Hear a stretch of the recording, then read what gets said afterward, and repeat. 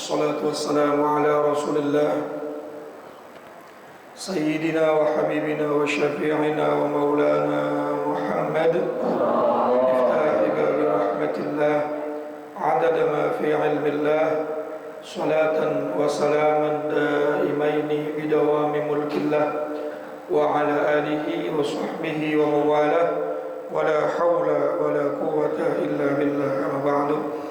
Hadratul Mukarram yang saya muliakan, para guru-guru kita, Kiai Haji Muhammad Misjan, Kiai Haji Farah Furqan Mukarram bin Yusuf, Kiai Haji Ahmad Habibi Abdul Rashid Ramli, kita doakan beliau semua sehat afiat dan panjang umur dan barokah ilmunya buat kita semua, amin.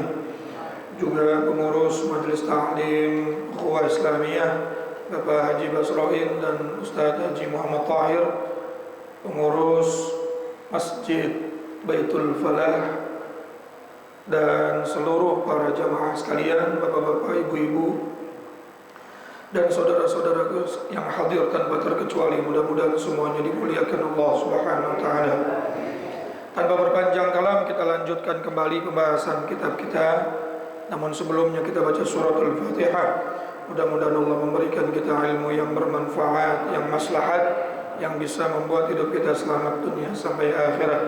Ala hadhihi niyyah wa ala kulli niyatin salihah wa ala man wasalafus salih wa ila hadratin nabiyil mustafa sayyidina wa habibina wa syafi'ina wa maulana Muhammadin sallallahu alaihi wasallam wa ala alihi wa azwajihi wa zurriyyatihi wa ahli baitil kiram, khususan ila ruhi muallifil kitab Sayyid Imam Zainuddin bin Ali Al-Malibari Al-Fannani wa Sayyid Syekh Nawawi bin Umar Al-Jawi Al-Bantani wa usuli ma qura'i mawdhal huquqi alaihim ajma'in anna Allah yu'li darajatihim fil jannah wa yu'idu alaina min barakatihim wa asrarihim wa anwarihim wa ulumihim wa nafahatihim fid dini wad dunya wal akhirah wa ila arwahi walidina wa abaina wa jami'al muslimin wal muslimat والمؤمنين والمؤمنات الأحياء منهم والأموات وإلى حضرة النبي. الفاتحة.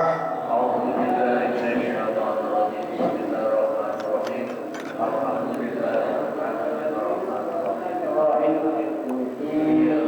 إياك نعبد وإياك نستعين اهدنا الصراط المستقيم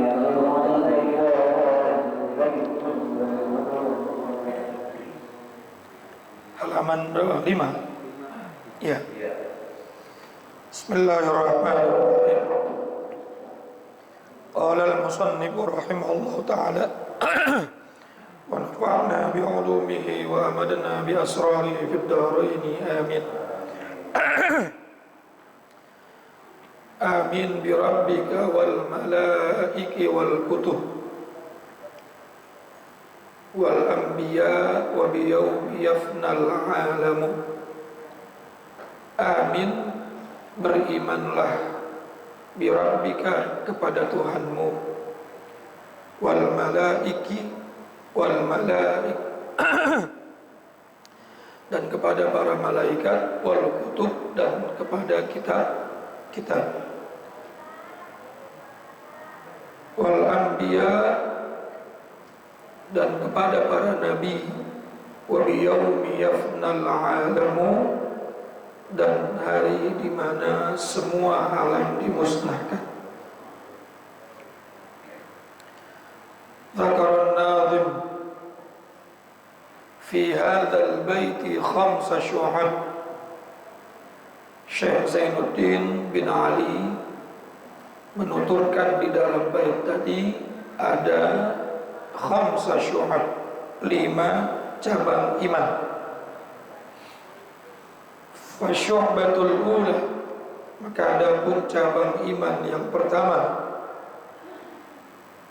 al-imanu, adalah beriman bi anna Allah ta'ala wahidun, bahwa sesungguhnya Allah Subhanahu wa ta'ala itu wahidun, tunggal atau esa. La syarikalah, tidak ada sekutu baginya, tidak ada yang menyamai Allah Subhanahu wa ta'ala.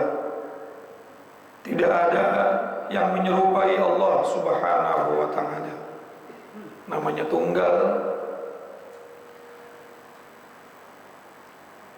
Makanya kadang-kadang kalau dibilang satu masih kurang pantas.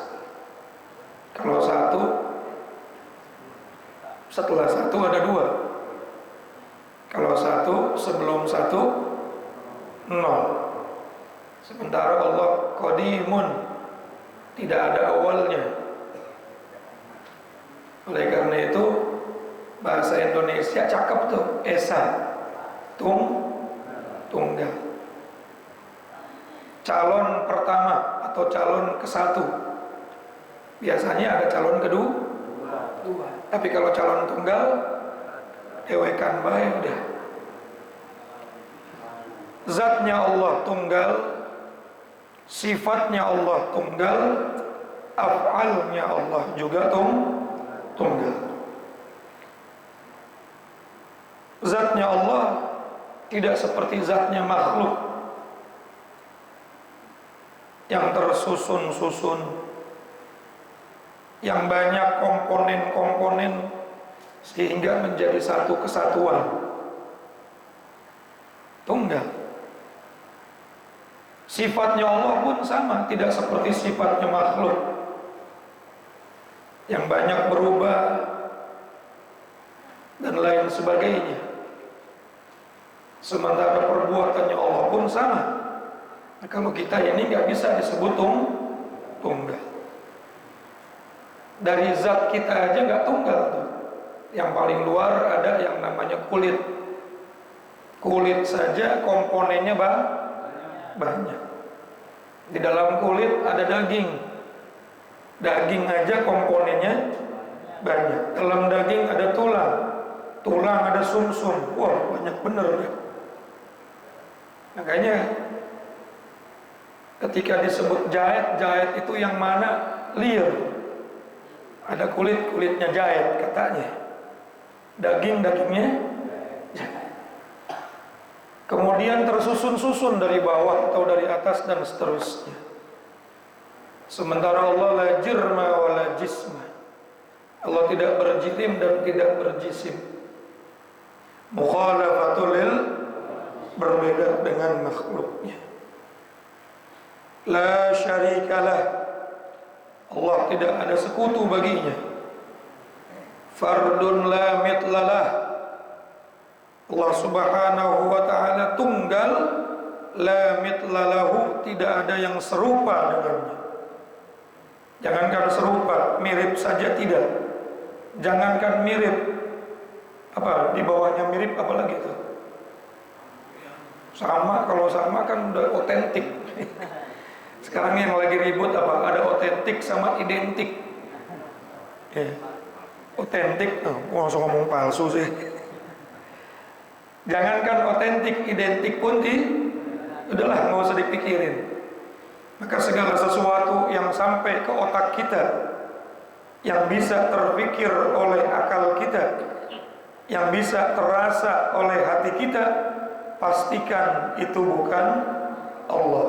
Karena Allah mukhalafatul lil, laisa kamitslihi syai'. Segala sesuatu yang bisa dijangkau oleh panca indera semua adalah makhluk. Bapak mikir warna, ada putih, merah, kuning, hijau, jutaan, ribu, miliar, triliun warna misalnya, maka Allah tidak seperti itu. Tidak panjang, tidak bulat, tidak lonjong, tidak kotak. Mukhalafatul lil hawadis. Segala sesuatu yang bisa dilihat oleh mata zahir, segala sesuatu yang bisa terasa, teraba, terbayang oleh pikiran, maka itu semua dipastikan makhluk, kecuali Allah sudah kasyafkan kita. Tapi kasyaf juga ma la ainun ra'at wa la udhunun sami'at. Sesuatu yang gak pernah dilihat oleh mata, sesuatu yang gak pernah didengar oleh telinga, sesuatu yang gak pernah, yang namanya hati juga pernah merasakan. Udah, kewajiban kita cuma yakin ada Allah, Allah itu wujud, tapi wujudnya dengan sifat salbiyah. Ada qidam, ada baqa, ada mukhalafatul lil hawadith, ada qiyamu binafsi, ada wahdaniyah. Allah qidam, terdahulu, tidak ada awalnya. Allah baqa, tidak ada akhirnya. Allah mukhalafatul lil hawadith, berbeda dengan apapun yang diciptakannya. Selain Allah semuanya makhluk, semuanya hawadith, semuanya ciptaan Allah, semuanya baru, tidak ada yang qidam. Maka Allah berbeda dengan itu semua. Allah qiyamu binafsi, Allah berdiri dengan zatnya sendiri, hidup dengan zatnya sendiri, melihat dengan zatnya sendiri, mendengar dengan zatnya sendiri, tanpa membutuhkan apapun. Kalau kita melihat dengan penglihatan mata, mendengar dengan telinga, hidup dengan roh, tapi Allah semua qaimun bidzatih, berdiri dengan zatnya sendiri, ada dengan zatnya sendiri, tanpa ada yang mengadakan, tanpa ada yang membisahkan, karena semua milik Allah. Wahdaniyat, dan yang terakhir sifat salbiyah adalah tunggal. Jadi apapun ketika kita ingin mensifati sifat Allah, maka kembalikan kepada sifat salbiyah. Apapun, kalau Bapak nih simpelnya ya, supaya nggak terlalu pusing, biar kita nggak tergelincir dengan kesesatan fikir dalam ilmu tauhid. Kita mengatakan Allah Maha berbicara, berbicaranya Allah qidam, berbicaranya Allah baqa, berbicaranya Allah mukhalafatul lil, berbicaranya Allah qiyamu binafsi, berbicaranya Allah wahda. Begitu aja sudah. Kalau kita mengatakan Allah Maha berkuasa, berkuasanya Allah qidam, berkuasanya Allah baqa, berkuasanya Allah qiyamu binafsi, berkuasanya Allah mukhalafatul lil hawadis, berkuasanya Allah wahda. Karena 5 sifat ini nggak mungkin dimiliki oleh makhluk, hanya Allah yang punya. Namanya sifat apa tadi? Salbiyah. Jelas nggak kira-kira? Paham nggak kalau suruh nerangin lagi? Loh. Karena kalau kita ngomong Allah Maha melihat, tapi tidak kita sandarkan kepada sifat salbiyah, nanti mikirnya Allah melihat pakai mata. Penglihatan Allah mulainya kapan? Allah bisa rabun apa kagak? Begitu entar. Tapi kalau sudah qidam, tidak ada awalnya. Kalau sudah baqa, tidak ada akhirnya. Kalau sudah mukhalafatul lil hawadis, berbagai macam bentuk penglihatan makhluk, mau malaikat, jin, manusia, binatang, beda dengan Maha melihatnya Allah. Jelas? Jelas. Kalau qiyamu binafsi, malaikat diberikan penglihatan oleh Allah, manusia diberikan penglihatan oleh Allah. Tapi kalau Allah qiyamu binafsi, dengan zatnya sendiri, karena tidak ada Tuhan selain. Paham gak nih? Jelas gak nih? Pelan-pelan aja dah, saya gak mau puyeng-puyeng. Kalau saya puyeng, nanti bapak-bapak tambah puyeng. Yang gampang dipahami. Karena kalau nanti pakai istilah-istilah yang lain, ini aja kagak paham, ya pakai istilah yang gampang dipahami saja. Yang penting jangan sampai mengatakan, apalagi mengikatkan Tuhan itu seperti makhluk, baik sifatnya, baik zatnya, apalagi perbuatannya. Samadun la nidda lahu, Allah itu somad. Apa artinya somad? Bu, kedengeran nggak tadi yang teriak? Nggak kedengeran? Udah ya. Samadun la nidda lahu, Allah itu tempat bergantung. Allah itu sangat dibutuhkan.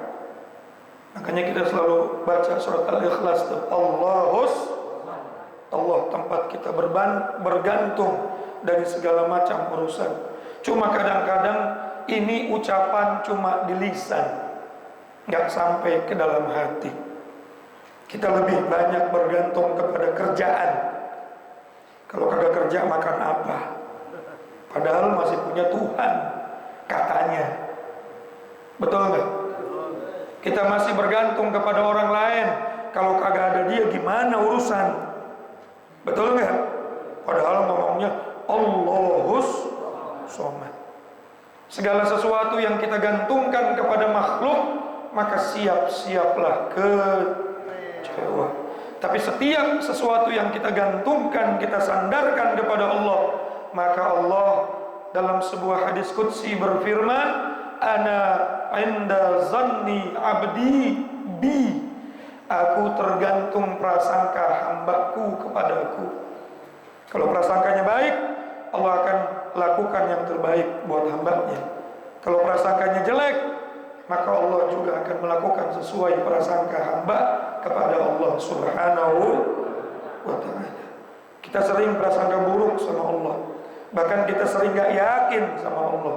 Padahal Allah berkali-kali mengatakan dalam Al-Quran, la tukhliful mi'ad, sesungguhnya Allah tidak pernah ingkar janji. Yang suka ingkar janji kita, insya Allahnya bohong. Jangan insya Allah, demi Allah di atas Quran aja dilanggar. Betul nggak? Apalagi cuma insya. Sering dikecewakan sama makhluk, tapi nggak pernah kapok bergantung kepada makhluk. Betul? Tapi sama Allah nggak pernah bergantung. Padahal Allah nggak pernah ngecewain kita. Bahkan Allah selalu memberikan kita sesuatu yang kadang kita nggak pernah minta. Bapak pernah minta jantung sehat terus, sampai sekarang masih sehat. Betul? Pernah nggak kalau doa, ya Allah mata saya besok mudah-mudahan masih bisa ngelihat? Pernah doa begitu? Sampai sekarang masih ngelihat. Baik bener Allah sama kita. Yang kita mintakan cuma Allahumma rzuqna rizqan wasi'an bi ghairi ta'abin wala masyaqqatin. Pengen punya duit banyak, nggak pakai capek. Betul apa kagak? Ya Allah, dari mulai di kandungan Allah udah baik bener sama kita, memberikan segala sesuatu tanpa kita pinta. Allah membuktikan firman-Nya, wa ma min dabbatin fil ardi illa 'alallahi rizquha. Kalau Allah sudah ciptakan apapun yang melata di muka bumi ini, Allah sudah jamin rezekinya. Kita punya anak aja nggak tega kalau anak kita kelaparan. Betul? Padahal kita makhluk. Padahal kita makhluk. Beak. Habis kali baterainya, Pak. Padahal kita makhluk. Masya Allah. Kita nggak tega dengan sesuatu yang kita punya. Apalagi Allah yang punya sifat Rahman, Allah yang punya sifat Rahim, menciptakan sesuatu, pasti Allah bertanggung jawab kepada yang diciptakannya tersebut. Betul apa enggak kira-kira? Betul nggak? Kita punya sesuatu, kita tanggung jawab. Ini Allah lebih, bahkan la nihayatallah, sifatnya nggak bisa dibandingkan dengan sifat makhluk. Maka walaupun dia tidak menyembah Allah, walaupun dia durhaka kepada Allah, Allah bertanggung jawab. Ketika menciptakan sesuatu, Allah memberikan dan mengurus rizkinya. Tapi kita masih tidak yakin. Bu, iblis beriman atau tidak sama Allah?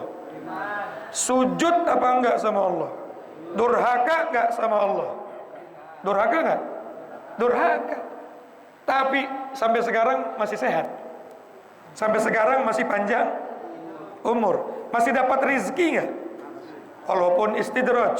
Tapi Allah terus berikan apa yang menjadi kebutuhan dalam kehidupannya sampai ajalnya. Dan ajalnya itu kapan? Nanti pada saat kiamat. Karena Allah mengkabulkan doa dia pada saat diusir dari surga. Dia berdoa, Rabbi anzirni ila yaumi yub'atsun. Ya Allah, tundalah umur saya, tangguhkan umur saya sampai hari kiamat. Allah langsung kabulkan doanya.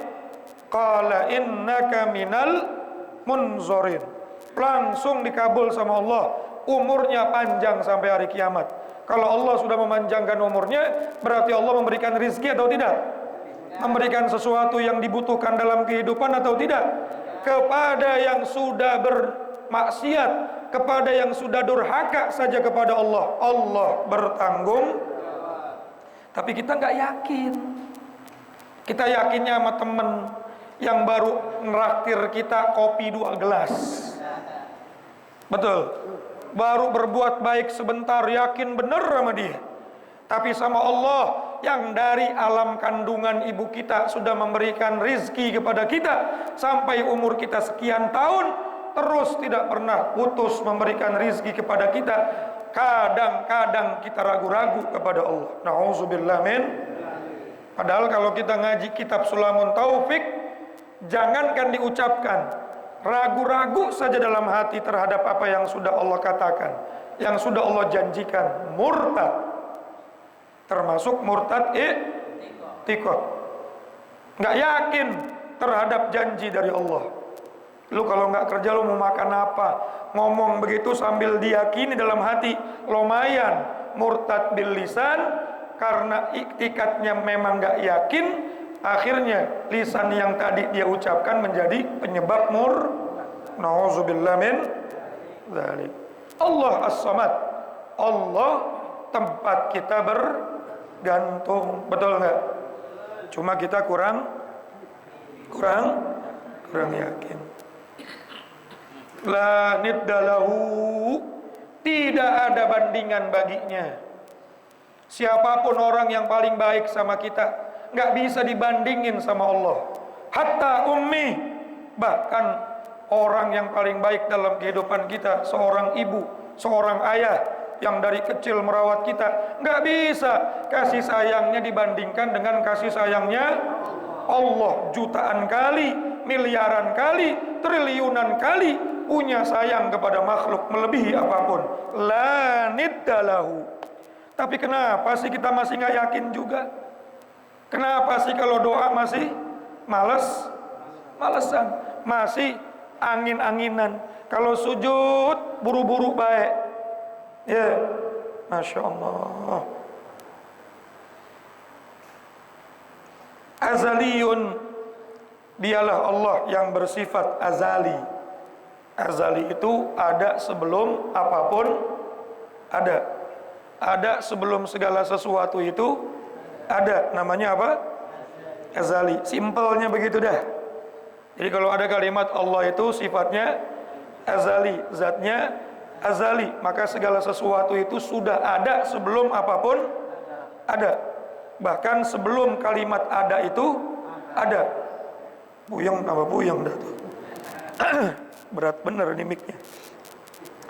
Qaimun abadiyun, Allah yang maha berdiri, bukan berdiri ya, maha ada dengan kemuliaan sifatnya. Itu yang paling pas mungkin begitu.